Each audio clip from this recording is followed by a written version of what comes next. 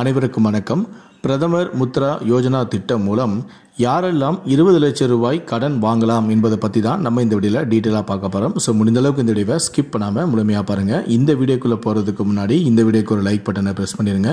நீங்கள் இதுவரைக்கும் அந்த சேனலை சப்ஸ்கிரைப் பண்ணாமல் இருந்தீங்கன்னா மறக்காமல் சப்ஸ்கிரைப் பண்ணிக்கோங்க. கூடவே அந்த பெல் சிம்பலையும் மறக்காமல் கிளிக் பண்ணிக்கோங்க.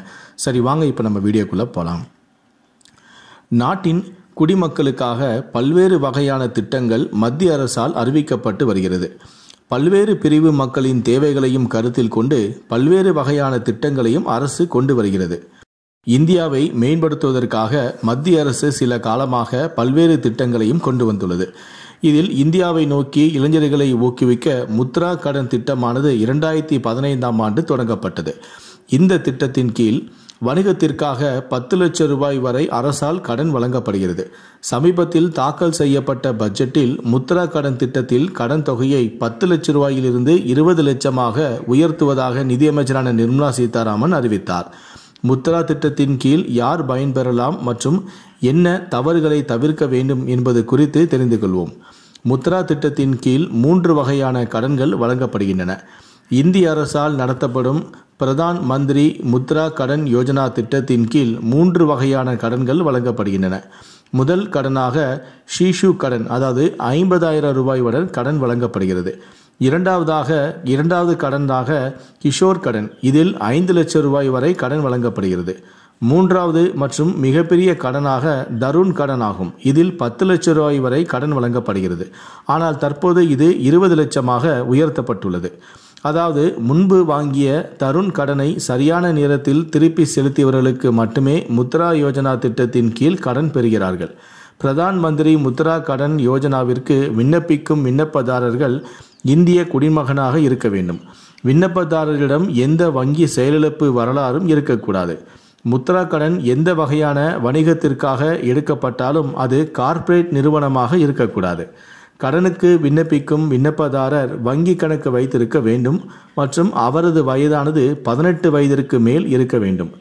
கடனுக்கான நிபந்தனைகளில் ஏதேனும் பூர்த்தி செய்யப்படாவிட்டால் கடன் உங்களுக்கு வழங்கப்படாது.